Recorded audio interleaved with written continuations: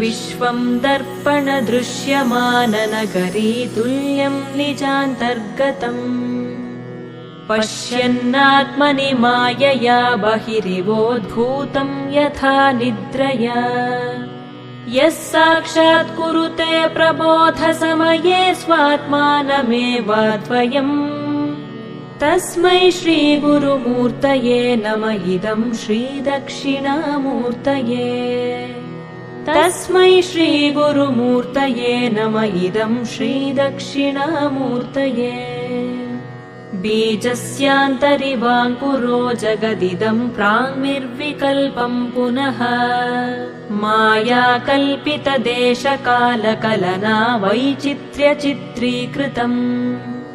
मायावीव विजृम्भयत्यपि महायोगी वयस्वेच्छया तस्मै श्रीगुरुमूर्तये नम इदं श्रीदक्षिणामूर्तये तस्मै श्रीगुरुमूर्तये नम इदं श्रीदक्षिणामूर्तये यस्यैव स्फुरणं सदात्मकमसत्कल्पार्थकं भासते साक्षात् तत्त्वमसीति वेदवचसा यो बोधयत्याश्रितान् यत् साक्षात्करणात् भवेन्न पुनरावृत्तिर्भवाम्भोनिधौ तस्मै श्रीगुरुमूर्तये नम इदं श्रीदक्षिणामूर्तये तस्मै श्रीगुरुमूर्तये नम इदं श्रीदक्षिणामूर्तये नानाच्छिद्रघटोदरस्थितमहादीपप्रभाभास्वरम् ज्ञानं यस्य तु चक्षुरादिकरणद्वारा बहिस्पन्दते जानामीति तमेव भान्तमनुभात्येतत्समस्तं जगत् तस्मै श्रीगुरुमूर्तये नम इदं श्रीदक्षिणामूर्तये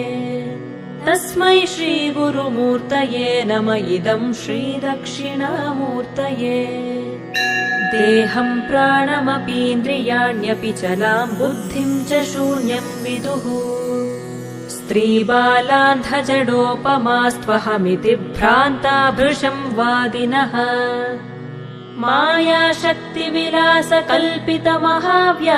मायाशक्तिविलासकल्पितमहाव्यामोहसंहारिणे तस्मै श्रीगुरुमूर्तये नम इदं श्रीदक्षिणामूर्तये तस्मै श्रीगुरुमूर्तये नम इदं श्रीदक्षिणामूर्तये राहुग्रस्तदिवाकरेन्दुसदृशो मायासमाच्छादनात् सन्मात्रः करणोपसंहरणतो यो भूत्सुषुप्तः पुमान् प्रागस्वाप्समिति प्रबोधसमये यः प्रत्यभिज्ञायते तस्मै श्रीगुरुमूर्तये नम इदं श्रीदक्षिणामूर्तये तस्मै श्रीगुरुमूर्तये नम इदं श्रीदक्षिणामूर्तये बाल्यादिष्वपि जाग्रदादिषु तथा सर्वास्वस्थास्वपि व्यावृत्तास्वनुवर्तमानमहमित्यन्तः स्फुरन्तं सदा स्वात्मानं प्रकटीकरोति भजतां यो मुद्रया भद्रया तस्मै श्रीगुरुमूर्तये नम इदं श्रीदक्षिणामूर्तये तस्मै श्रीगुरुमूर्तये नम इदं श्रीदक्षिणामूर्तये विश्वं पश्यति कार्यकारणतया स्वस्वामि सम्बन्धतः शिष्याचार्यतया तथैव पितृपुत्राद्यात्मना भेदतः स्वप्ने जाग्रति वा य एष पुरुषो माया परिभ्रामितः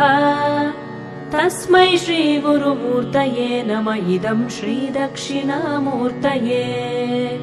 तस्मै श्रीगुरुमूर्तये नम इदं श्रीदक्षिणामूर्तये